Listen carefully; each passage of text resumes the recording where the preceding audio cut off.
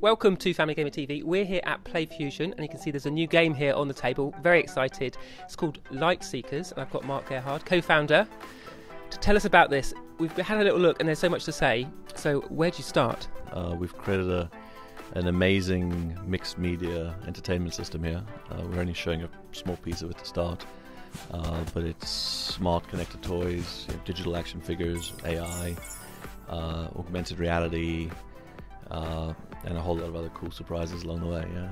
Now, it sounds like you just created a product that's just full of buzzwords. But I'm excited about the figures. Yep. I think some of this looks quite familiar, but seeing it in action just now, it was really different to things like it's unavoidable to mention Skylanders, I think. So could you tell us a bit about maybe the figures and how they work with the game and how what you're doing is different? Yeah, this is actually where our vision started too. We started thinking, what might the future of this space look like? What if, we thought about gameplay and physical interaction. It's a tablet or phone? A tablet or phone at the start, and then we'll move into other platforms after that. But again, we think there's a big opportunity to do a really compelling adventure fantasy RPG on mobile and tablet. And so we should talk about that a bit, because your sort of pedigree goes back to games like Runescape, but also in the studio. I know you have a lot of other games. What sort of titles have been worked on by the talent that's... Correct. Yeah, look, we had a big vision here, so we needed the very best of people in the games industry, toy industry, robotics, AI. Our team collectively has worked on 150 games, from some of those very early seminal games, early platformers, ones that jump to mind, more recently Tomb Raider, Street Fighter, James Bond games, 007, GoldenEye, through to obviously RuneScape, Transformers, and a few other games in between. And so 100 other games in between. And so what that says to me is it's not just a game for kids, and I think that's obvious when you play it. There's a lot of depth here. Yeah. So a lot of that comes from the toys as well. So perhaps it's a good chance to introduce these characters. I love it. She looks amazing. So who's this? This is Mari, and we've tried to take the approach here where every single digital action figure has its own experience, not just its unique look and feel, but if you're playing as her, the entire starting experience is very, very different versus if you're playing with the Tyrax species. And it would be very interesting for us to see, again, which the community prefer and how they engage with them. And so Mari, I mean, she's big for a sort of connected toy, but there's no portal here. You're missing the portal bit. What's going on? Correct, yeah. We're using Bluetooth Low Energy here, and there's a powerful mini computer inside this that can provide some really, really interesting gameplay. And so the toy connects to the game directly. Doesn't need a portal. Correct. Yeah, the toy connects to your iPhone, or your tablet, or your Android device, and it's try not to give too much away, but yes, it affects the game in very interesting ways, and vice versa. And there's a whole lot of kind of depth to each character, and accessorization. A whole life cycle around each one of these. And so Mari has a couple of weapons here, and they come on and off, is that right? And the weapons have kind of a life of their own? Yes, every weapon is globally unique, and I'm dealing with a single-handed weapon here, globally unique, so my stats and my XP are kind of bound to this. I can obviously share that with you, and then you get the benefit of that. And there's quite powerful electronics in all of these. And so the weapon upgrades. Can you see that it's upgraded by it's got lights here? Do they light up differently? We got correct. We got a RGB LED system across 3 banks. So we've got 16 million colors to play with, which will represent everything from levels, XP, the spells that are enabled, as well as some cool stuff to peacock with. And there's a nice moment when we were playing in the game, and Mari was low on health, and she started speaking, and the colours changed. Correct, yeah. So we really wanted these to be autonomous, intelligent figures with their own personality. So it wasn't just an accessory to the game, but absolutely, it really was alive. She's telling you how she's feeling, what might be helpful to kind of solving gameplay challenges. You touched on the health indicator. There's obviously a few more secrets we have in that too. But we really want this thing to feel alive, and kind of its personality grows and changes as you engage with it over time. So more than just a statuette, I guess we want this to feel like this is a key part of your gameplay. So getting started with the experience, how would a family get in on Lightseekers?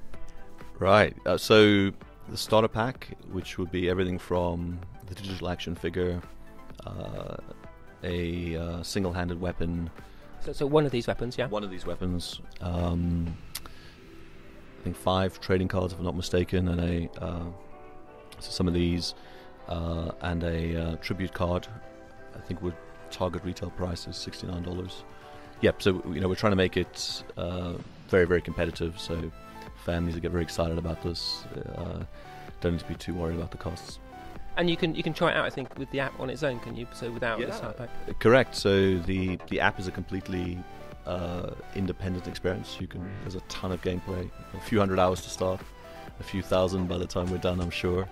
And again, we want that to be a true, credible, compelling adventure RPG game in its own right. And then if you're enjoying any part of our ecosystem, it's just better and better and better, as opposed to requiring any one part just to be able to have some fun. I think before we move on, so that's the starter pack. There's 2 sort of flavours. There's Mari, but there's also this character here. So let's not forget him. You'd maybe introduce... Yes. Was it Rex? Okay, Tyrax. Tyrax. I knew it was something like that. Yeah, so this is a Tyrax. We think he's going to appeal to potentially more male, like to club things, blow stuff up, kind of folks like myself. My daughter's quite keen on that, actually. I think she'll like this one. Exactly. Well, it just proves don't ever stereotype, right? And so, how would this Tyrax character play differently in the game to Mari? And could they swap weapons? Do you have to use the weapon that matches? No. So yeah, look, he's it looks meaner, tougher, ready for a fight. So some of your initial experiences will be more expecting what you see from there versus hers, which would be far more about magic and range and puzzles and complexity, and some cool surprises happen when you equip technology weapons, in this case with water magic. Some interesting surprises for the community there. So you can sort of mix and match and sort of see how that happens. And I like, we were playing a bit earlier, and I like the way that it is completely instant. So you place the weapon on the toy and instantly it's there in the game. Correct, yeah, absolutely instantly. Cool. Now, you mentioned in passing just now in the starter pack you get some of the playing cards. Mm-hmm. But there's more to this than meets the eye, isn't there? So first of all, maybe you could just introduce, this is a game in its own right, is it? Yeah, so again, we think we've built a very, as people who play board games and card games, we thought we again could introduce not just some new types of mechanics, but a really compelling card game, which again is very accessible. So each card also unlocks special perks on the digital action figures or accessories, and we provide various augmented reality experiences to each of them too. We were seeing earlier, they also, as well as being a proper game, and I like that, there's a physical card game, and I know my kids will love that. But they also, there's some crossover with the app experience as well. Yeah, so we wanted every part of our ecosystem to be credible in its own right. So if you never played the app or never got into the action figures, we still need this to be a very, very compelling card game. But again, if you're playing just with the card game and the app, that's going to enhance your digital experience, and we think kind of serve as a good creative stimulant for the meta universe that we're creating here. And so I think we saw the hammer gives you some buffs on the hammer, and we've got some footage here of bringing in like a little partner character that will help you in the game. Yeah, exactly. So these can be used in various ways. Character cards like this one, can be pets who support you in game, special spells and boosts for over-the-top power. So you get some of these cards in the starter pack, but I guess you'll be able to buy them separately too. Absolutely right. I think we've got over 380 additional cards. So again, a very rich card game from the start, and then that ecosystem will grow as well. And then we've got some other weapons here that you can get separately. Maybe it's just worth pulling one of these up. Yeah. This one looks great. It's amazing. Over the top, it's like a BFG, isn't it? Yeah. So these guys are obviously a tech race, kind of Mad Max, mad scientists, sometimes awesome inventions, sometimes failed inventions.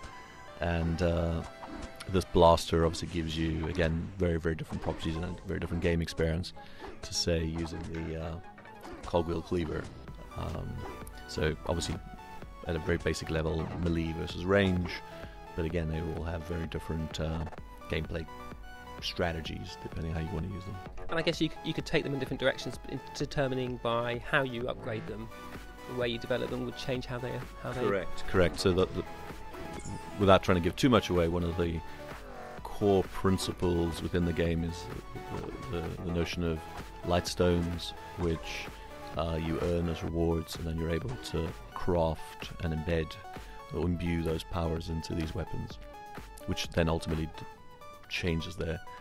I'm trying to be very careful here. Changes their properties, their statistics over time. Yeah. Wow.